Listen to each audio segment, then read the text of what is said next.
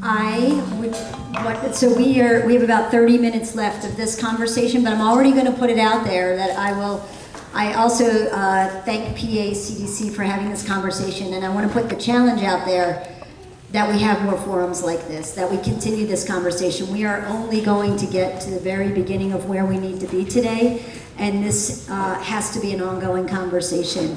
The comments that we already heard from the panelists today show there's a lot more to be said. And I wanted to put out the issue of, we've talked a lot about community change and communities that haven't changed. And I want to have comments on how do we get developers and CDCs and community residents to start seeing revitalization or building and developing in communities and start looking at it through a racial, ethnic, class, cultural lens. What does that look like? What does that mean? For those of us who think about this often, we have ideas on what that looks like. But other people who are coming in and just rebuilding a couple of houses or putting in a couple of new stores don't look at things that way. How do we get them to start addressing that? What does it mean to us and what does it mean to them? And also at some point we are going to open up for some other comments and questions through you guys. So let's get started on this. Yeah, let me just say people do what's economically beneficial for them. So this is America, this is capitalism. So capitalists follow money, will go wherever everybody will take them. And so you can't stop that. Groups have to protect themselves. So they have to organize themselves to protect themselves, and something that I think the African American community is struggling with. And I'm speaking for the African American community because that's a community that I know. And that community, as Dr. Anderson talked about, there's some massive disparities. So we chasing our tails constantly because we're not looking at the real issues. I mean, none of the issues that we've seen in the 60s or the 30s or the 40s or the 20s or the 10s have been fixed in any way, shape, fashion, form. In fact, they've grown. So we're going to be having this same conversation 100 years from now. I mean, that's what the statistics say. If we're going to be talking about this 100 years from now, well, you know what? How do we fix this community? How do we fix this? How do we have gentrification here? It's about wealth. And the economic disparities are real. No one wants to talk about it, but you cannot talk about the economic disparities without talking about the legacy of slavery. So, unlike all the other groups, the Latino groups, the Asian groups, the Polish, the Irish, whatever group, no other group in America has suffered like the black community, and the legacy of that suffering is wrapped up in two areas: economics and the mental makeup of the black community. And that's hard to understand for many people because, it says, well, get over it. How do you get over it? You get over it by accepting it, by embracing it, by challenging it head on. But you got to deal with some structural deficits. Structural. The four that you mentioned, I'll give you four. Just parity. You don't want anything even more. Blacks represent 13% of the population, but probably 60% of the problems. The prison population is depleting our ability, the black community ability to have stable families. Unemployment is another one that constantly works at undermining the strengthening of black families, which you need strong families to have strong neighborhoods. So you could go and fix houses, but if you don't have good families, traditional families that we know, we have too many children living in families. Almost 80% of our families are living in single-parent head of households. But we can see the physical, mechanical things that keep that, will maintain that. high numbers of unemployment, 50 to 60%, and like you said, Dr. Anderson, this ain't nothing new. The last time we had full unemployment when we were slaves. I mean, that's the truth. Well, that's the truth. If you call it when we actually work at 100%, ever since then, when we had to be paid for it, we've had numbers like that. Parity. If we had parity right now, we'd have 1.3 million black men out of prison tomorrow. 1.3 million will be home tomorrow. If we had parity, we would have nearly $14 trillion of wealth. Now imagine what the black community could do with $14 trillion. Now they talk about all the time about, oh, the black community just exceeded $1 trillion in annual income. Well, I conclude with nearly 2/3 of the population at poverty or near poverty, with unemployment at 50 to 60% in most of our crucial areas from 18 to 35 of our black men, I would conclude that we need more like $5 trillion just to live comfortably in America. That don't count wealth. So someone said to me, and I'll close with this. They sent me a thing that the other day, they said, if we were given 350 years, almost 350 years of chattel slavery, if we were given the 40 acres and a mule, and that's nowhere near a reflection of the contribution that we've made to this country, and the disadvantage we started with, and we still are fighting against, a disadvantage. That 40 acres and a mule will be worth around $7 trillion right now. It really comes down to economic, and I think you said it, racial economic inequality. That's what it comes down to. Ladies and gentlemen, there's an old Talmudic proverb that if you don't know where you're going, any road will take you there. And I want to have a conversation with our colleagues on this panel and with you so that we can define the issue as it is. One panelist said, well, we need to get beyond race, that we shouldn't make race the central issue. Well, let me say this to Mr. Chin. In order to get beyond race, you must first take account of race. That was a statement that was made by Justice Brennan in an education discrimination case in the 1970s.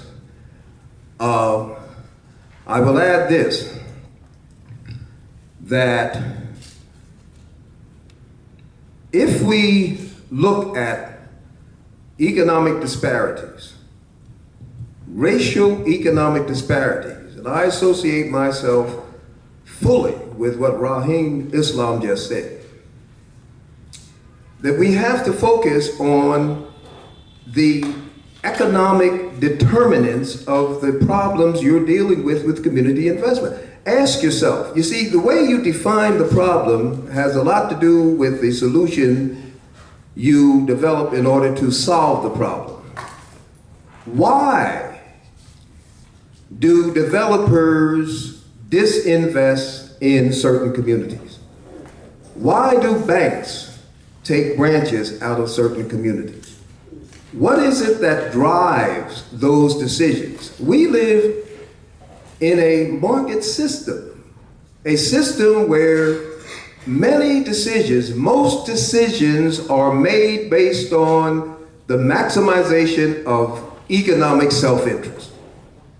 Now, I don't want to get into a philosophical discussion about economic systems and so forth, but we are where we are in this country. Let me comment on race and class, because there's a good deal of confusion about that too.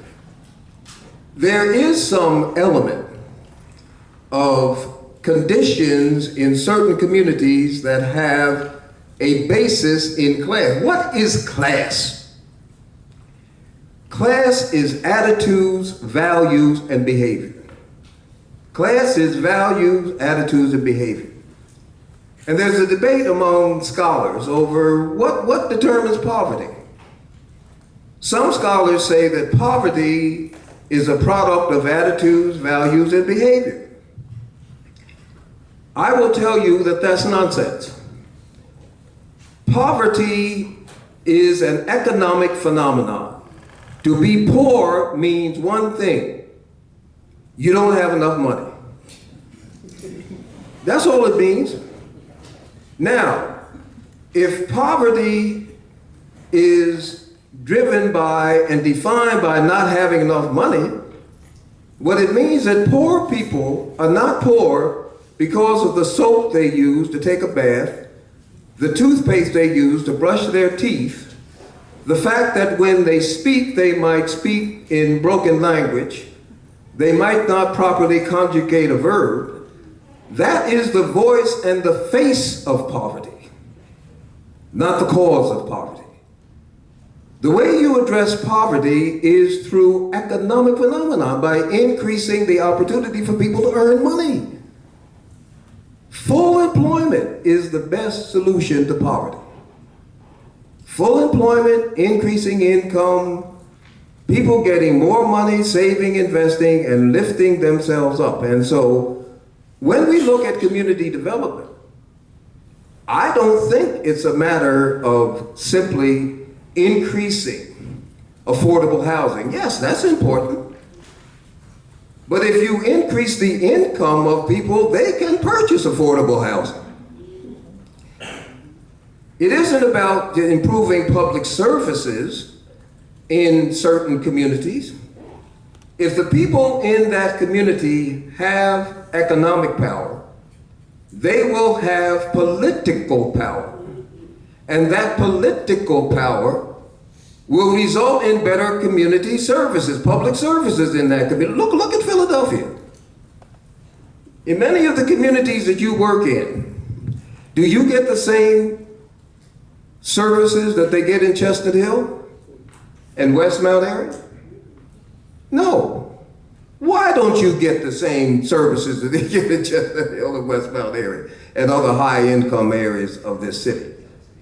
It is because of the economic conditions of those cities. Let me say one final thing. Someone mentioned the increase in the number of businesses by immigrants, and that is true. But does that statistic that you gave include businesses that moved to Philadelphia from other places that were not brought here by immigrants? How many jobs were created by those businesses that you cited? And this is not a criticism of you, but it's a matter of defining the issue, you see. When you're dealing with economic issues, get the numbers right. Get the numbers right. The fact is that we have in this city a set of tax policies and other policies that are antithetical to growing businesses in the city of Philadelphia. And I will say one final thing. If you want an assessment of this, read the analysis I did for the Chamber of Commerce that was published in their book, Roadmap for Growth. There you will see what this problem is for increasing the rate of economic growth in the city of Philadelphia. I'll end there and be interested in what others have to say. I'm going to try to, and you guys are passionate, so I'm going to try not to be as passionate and try to bring it, because I can be very passionate too, and I don't want to be as passionate. The original question was about how developers, communities, and CDCs can work together to have mutual benefit. So I'm going to just put a few things on the table. We won't be able to get through all the questions because they have to ask some questions. So I'm going to say everything I have to say right now. Home ownership, in terms of creating wealth in minority communities, the city does not have a home ownership program. So the city has been promoting, and nothing is wrong with homelessness. Nothing is wrong with homelessness. But all the programs have been about rentals and homelessness. So right now, Rick, and I love calling you Rick because for us to not have a home ownership program, which is the #1 way to create some net wealth, some net worth in people in the community, and for us to have a home ownership program for 5, 10, 15 years, it makes no sense to me. Makes no sense to me.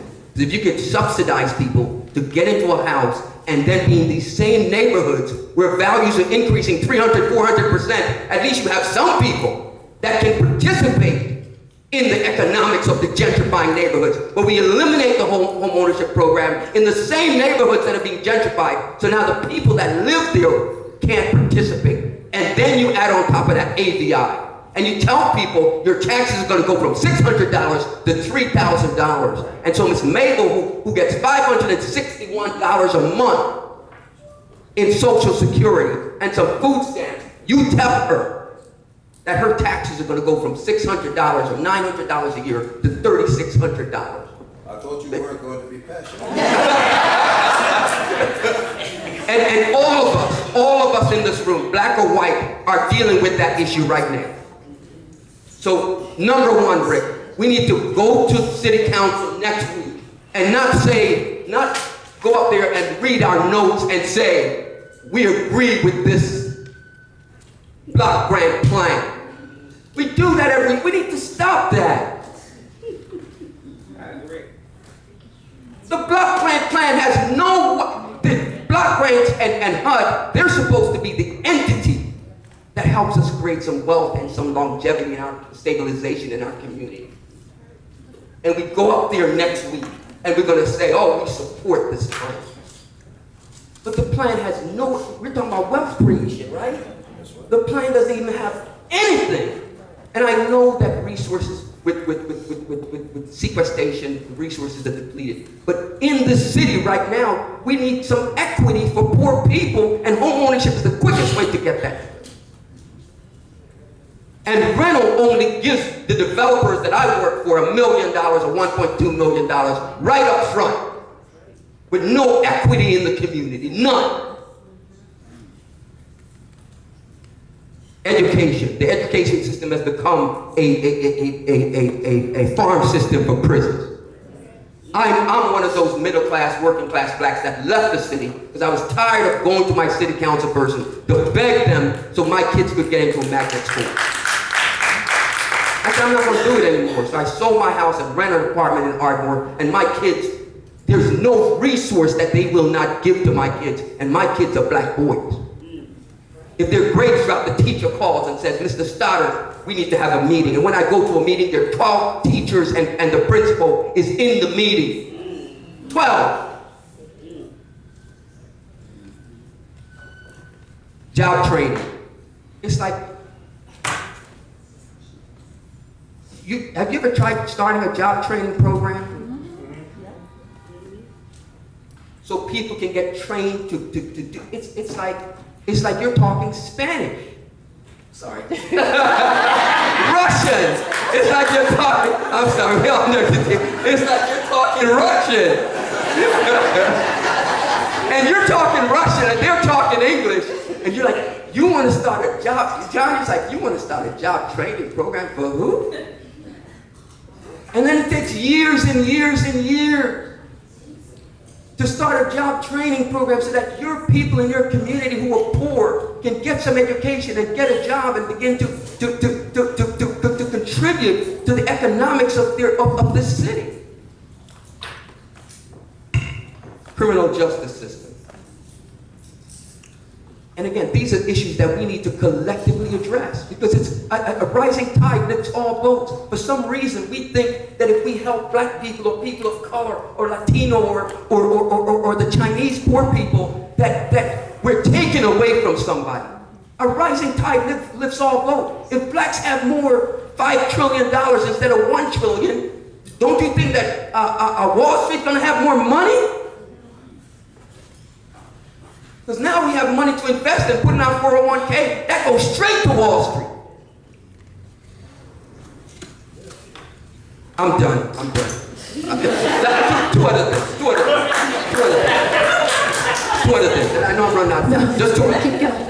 I called the RD and I said to them, look, I know you have had 5 contractors that you recommend, to CDC. They have 5 contractors. The RDA says we have no such list.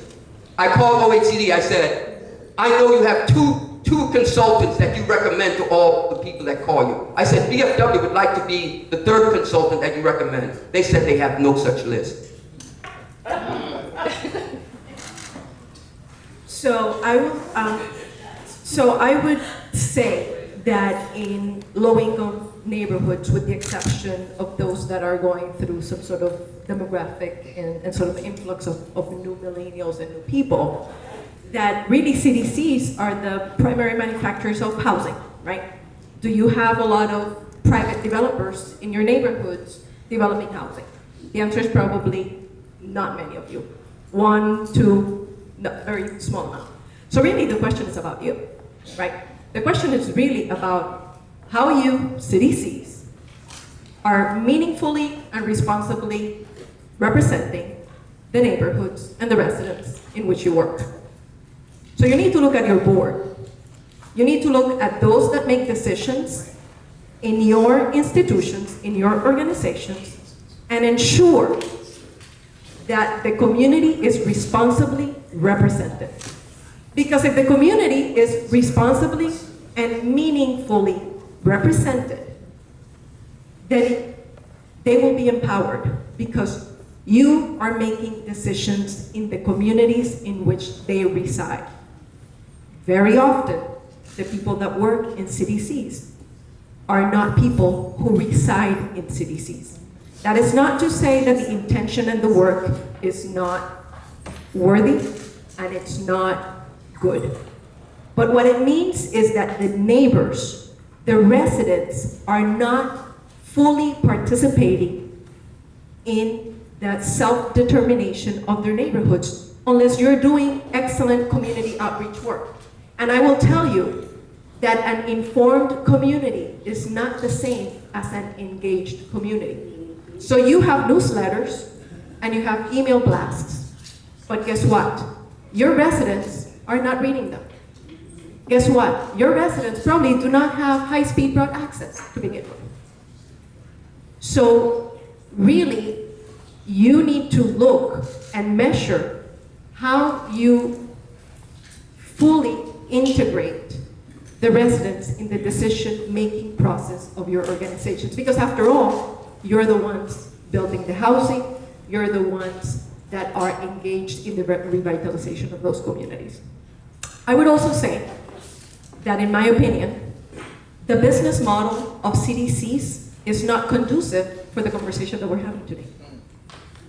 Because you build housing because you need developer fees so that you can hire staff and you can use the developer fees to do the work. Well, then that really means that you're looking at the problem or at the challenges through a housing production model. And we have already established that the problem is not intrinsically housing, even though housing is a very important part of providing a high quality of life. But we're talking about dealing with issues of investing in the human capital of your neighborhood, in the neighborhoods if you work.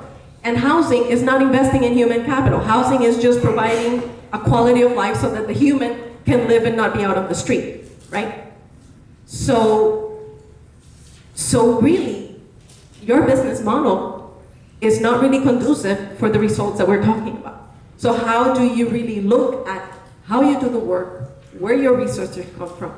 Because last time I checked, every time I asked somebody, anybody that has a choice to move, any family, because families are really the strength of our communities, those choices, more often than not, when I ask, are based on high quality education. How many of you in your core mission has high quality education for your residents? How many? 2. The rest, right? So we really need to think about what are those core indicators or influencers for the prosperity of our residents, and find out how is it that we can adapt our business model to better accommodate them. That's all I'll say. So I'll just say it's just in this conversation alone in this room, we hear and we see that the problems are many. And you're just hearing samples of many of the solutions that are out there. And going back to my original comments, is that I think in order for us in this room to attempt to solve some of these issues about the inequality that are out there, is that we as a group need to figure out and decide whether we're going to adopt this platform that's been presented by PACDC to help change policy and affect change in our community. Because this problem that we're talking about is way too big for any 1, 2, 3, or handful of solutions to solve.